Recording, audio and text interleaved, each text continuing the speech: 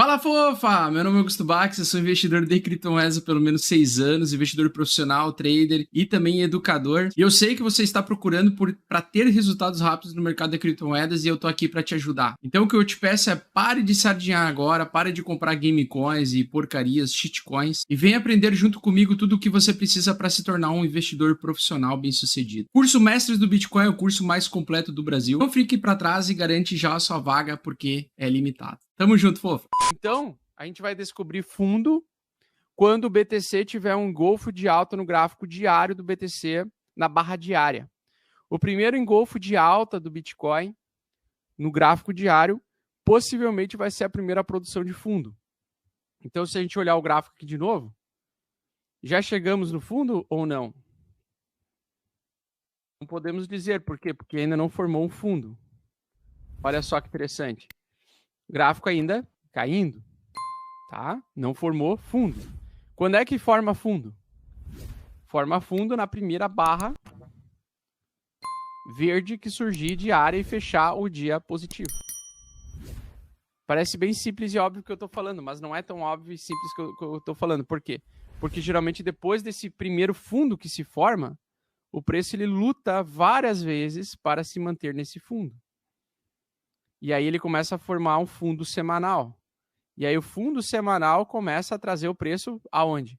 De volta para a média 8 semanal. Então a média 8 semanal ela vem aqui, ela se atualiza, né? Ela vem aqui e aí geralmente quando você vê esse padrão aqui é um padrão de fundo verdadeiro, tá? Então ainda não é um fundo. Ainda não encontramos o fundo, tá? Principalmente por causa da expectativa da reunião hoje, do que vai acontecer na reunião hoje. Então o que pode acontecer hoje, tá?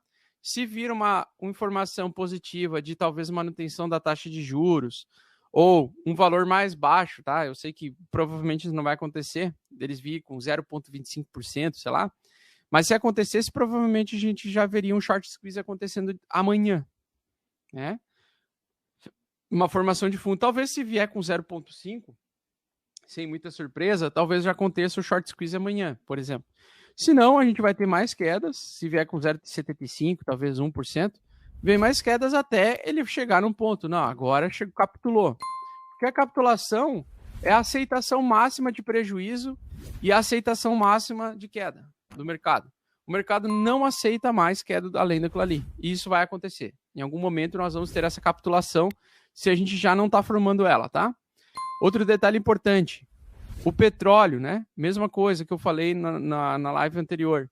O petróleo está fazendo um topo mais baixo do que o topo anterior e tentando, se ele perder esses fundos anteriores aqui, isso significa estabilidade na economia. A economia começa a ficar mais previsível.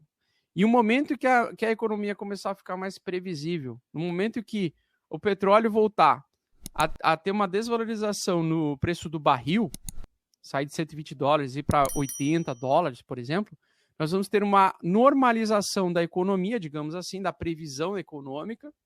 Nós vamos ter uma queda de preços nos fretes e nos transportes e possivelmente uma economia girando mais saudavelmente. Então, dessa forma ali também atrai os investidores para mercados voláteis novamente. Então, quando ele começar a produzir topos e fundos descendentes, que pode ser a qualquer momento, tá? Pode acontecer a qualquer momento deles conseguirem controlar a inflação, a gente vai ter uma normalização e provavelmente a gente pode ficar por algum período de tempo em alta nos mercados voláteis, né? O que seria aquele respiro para que depois o preço continue caindo, né? Então pode acontecer isso aí. Então, assim, a gente agora vamos voltar os nossos olhos para ao término dessa reunião agora do comitê do Federal Reserve, para ver se vai impactar e como vai impactar nisso, né?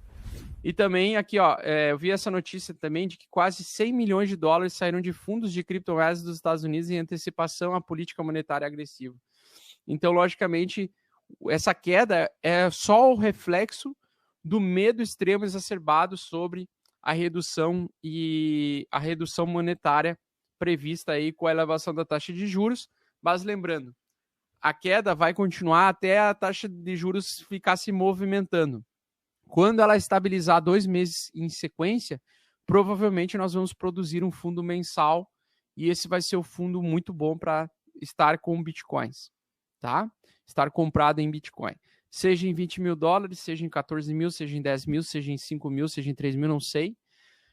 Em algum momento vai chegar esse ponto em que teremos estabilização da elevação da taxa de juros, ou a taxa de juros estável em uma determinada faixa de valor por um período um pouco mais prolongado, e aí nós podemos ter uma redução na volatilidade, redução do volume e aceitação máxima de prejuízo, que é exatamente o fundo do BTC.